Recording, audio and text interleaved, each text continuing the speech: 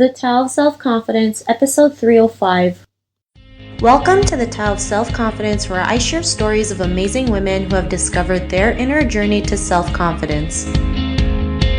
Visit our website at thetaoofselfconfidence.com. Your inner journey to self-confidence awaits. Hello friend, welcome to the Tao of Self-Confidence, where I share stories of amazing women who have discovered their inner journey to self-confidence. I'm your host today, Sheena Yap-Chan, and today I have a phenomenal lady on the show today. She is the founder of thenewsavvy.com, and she'll be explaining more what she does. I'm just really excited to have her on and share her story with us. So without further ado, I'm going to introduce you to Anna Haotanto. Anna, how are you today? Maybe you can fill in a little bit more about yourself to our listeners. Hi Sheena, thank you for having me. So my name is Anna. I run thenewsavvy.com. The Newsavvy is Asia's leading online platform that focuses on financial and career issues for women. So what we wanted to do was to empower women to make smarter financial decisions. The Newsavvy has been featured in Forbes, CNBC, Business Insider, and other media publications. But what really makes me happy is when women email me telling me that they are inspired to take charge of their finances. Awesome. Well, thanks for sharing that. And I truly believe, women, especially Asian women, it's necessary to go out there and learn how to, create their own income, especially when you hear, some places like in China where, they're not allowed to have their own name on property and, everything gets taken away. What happens to the woman then, right? And this is stuff that nobody talks about. So I'm really glad you're creating something that can really help women out there realize their power and true potential and create the income that they deserve. So great stuff. And Anna, what's your cultural background? I'm Singaporean. My father is Indonesian. So I grew up in Indonesia for 10 years and then I came to Singapore, and from then I have been in Singapore most of my life. And my mom's half British. Yeah, explains the name. So, but I think for me, I don't know. I mean, I identify as a Singaporean, but I guess we travel a lot. So there's always that, cosmopolitan bit in all of us, right? Yeah, I totally agree. And thanks for sharing that. And Anna, what would be your favorite self-confidence quote? I read this recently, and I have read it a lot of times, but recently I read this again. It says, just be yourself, because no matter what you do, people are going to judge anyway. So I think for me, it's always about accepting yourself, always being yourself, being who you are. And I think people will always accept the person that you are. And for those that don't, then I guess they don't matter anyway. Thanks for sharing that quote. And, I totally, agree with you. It's like, we're going to get judged no matter what happens. I mean, we can't please everyone. So, we're better off just going out there doing what we love, and we attract the right people into our lives, I always believe. So great quote that you mentioned. And in your own words, how would you define self-confidence?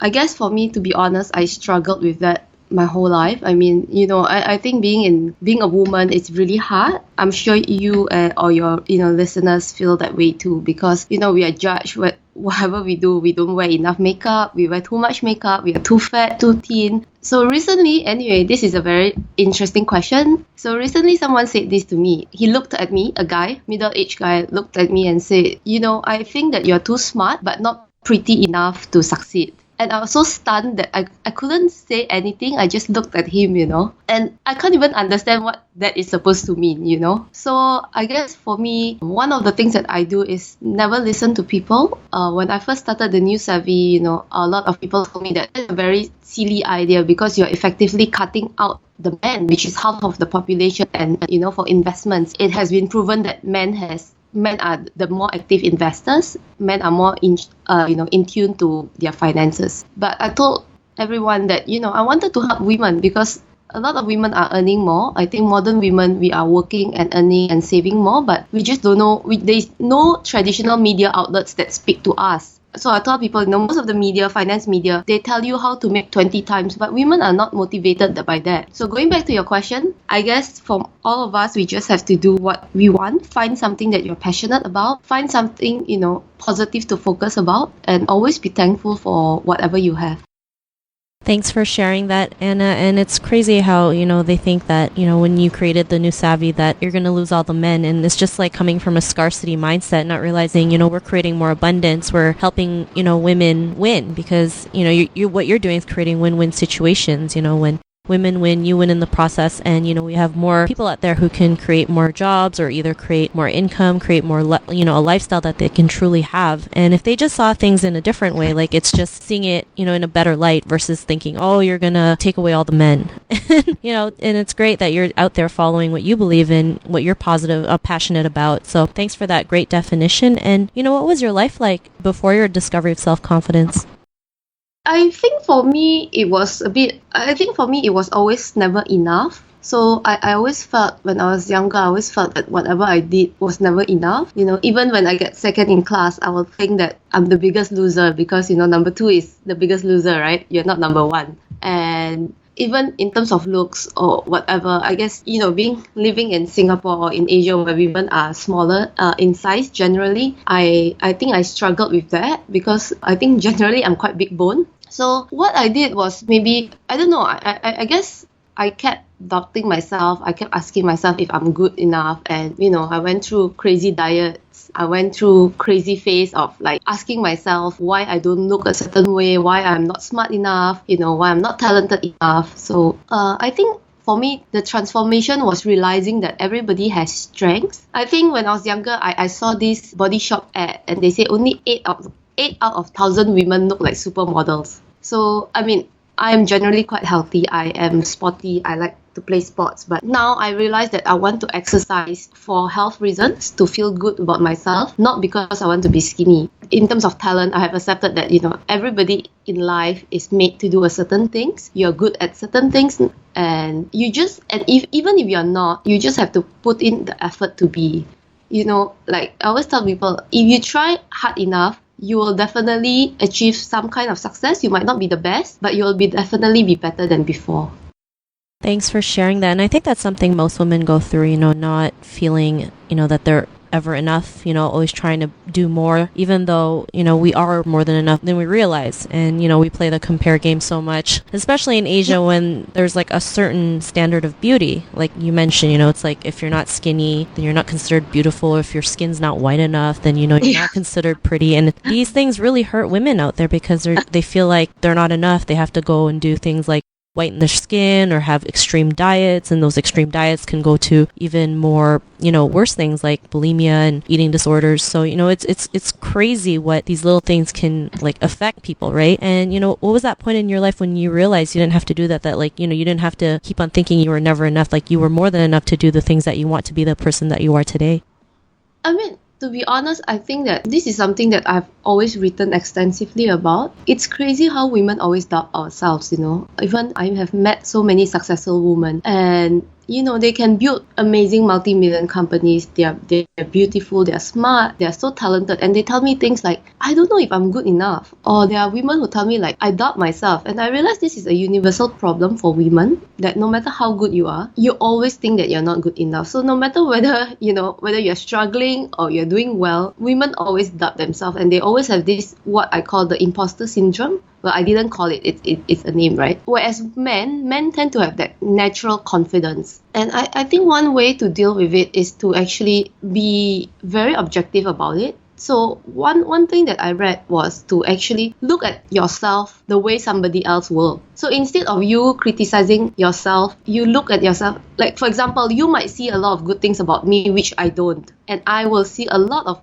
very beautiful things about you that you might not, you see. Because I think for women, we tend to focus on our shortcomings. A lot of people say that, when you look into the mirror, you always look at, people always say like, oh, my thighs are flabby, I have, fat stomach, but you don't see the nice parts of yourself. So I guess for me, that was one of it, accepting myself for who I am. The second thing was, I think generally like reading. I'm quite a geek. So I realized that I love finance and I actually put in a lot of effort for it because it doesn't come naturally to me. And the more I did it, the more confidence I got. And I realized that, hey, I'm actually quite good at this. And I guess if you ask me about transformation, I know this does not relate to being pretty or being skinny, but that was the point where I think in life you need to accept who you are, because you can't change a lot of things, but you can change the circumstances you are and change your mindset. Focus on the positive part. See what are some of the things that you want to improve. But of course, again, I'm very realistic, right? It's not like if you are 1.6,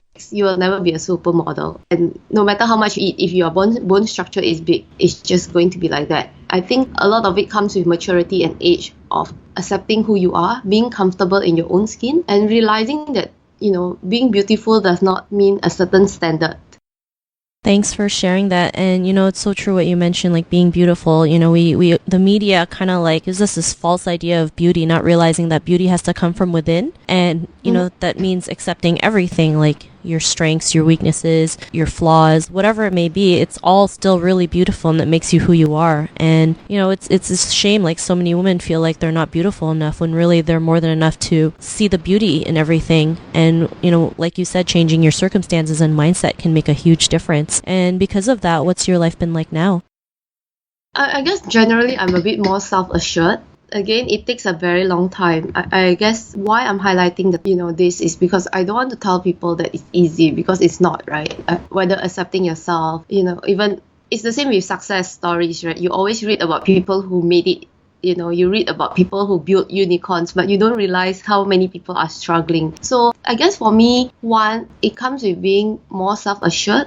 Number two, focusing on what I'm good at. Number three, accepting myself for who I am. And I think even like when it comes to exercise, I used to exercise almost every day. And I mean, I'm generally quite good in sports, so that was easy. But the thing is, I can't deny that I do it because I want to look thinner, right? I want to be slimmer. But now I do it because it makes me feel good. It makes me focus on my work. It gives me a time to, just de-stress and disconnect with technology. Yeah, I think generally I am happier. I would say I'm less tense.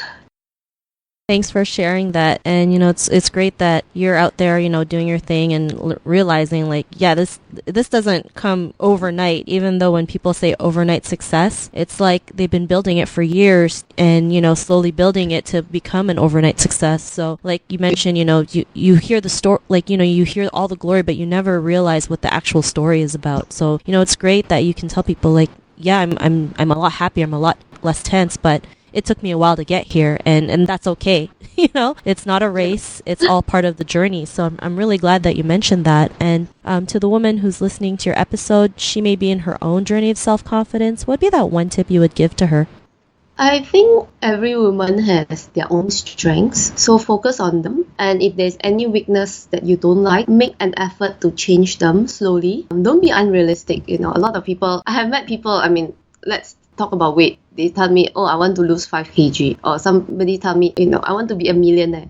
And I tell them, it's good to have goals. But I think one tip would be to have very realistic goals and very measurable goals. So think of when, how, and what you want, and plan each step on how to go there. And I think goal planning is very, very important.